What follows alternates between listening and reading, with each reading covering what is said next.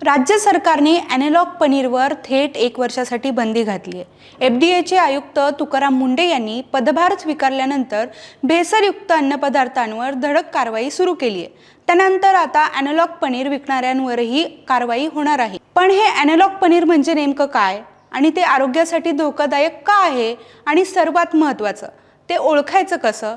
चला 2 मिनिटात सगळं जाणून घेऊया। आपण जे घरी पनीर बनवतो किंवा डेअरीमधून आणतो ते थेट दुधापासून बनवलेलं असतं, पण ॲनालॉग पनीर बनवण्यासाठी दूध, मिल्क पावडर, स्टार्च, वनस्पती तेल आणि इतर काही पदार्थ एकत्र करून मशीनच्या मदतीने त्याला पनीर सारखा आकार दिला जातो। दिसायला ते अगदी ओरिजिनल पनीर सारखं असतं, त्यामुळे अनेकदा आपल्याला ते ओळखणंही कठीण जातं। पण एक गोष्ट लक्षात ठेवा, प्रत्येक ॲनालॉग पनीर बेकायदेशीर नसतं। जर पॅकेटवर स्पष्टपणे ॲनालॉग पनीर असं लिहिलं असेल तर ते नियमानुसार विकलं जाऊ शकतं, पण तेच पनीर अस्सल पनीर म्हणून विकलं तर मात्र ती ग्राहकांची सरळ फसवणूक आहे। मग काय करायचं?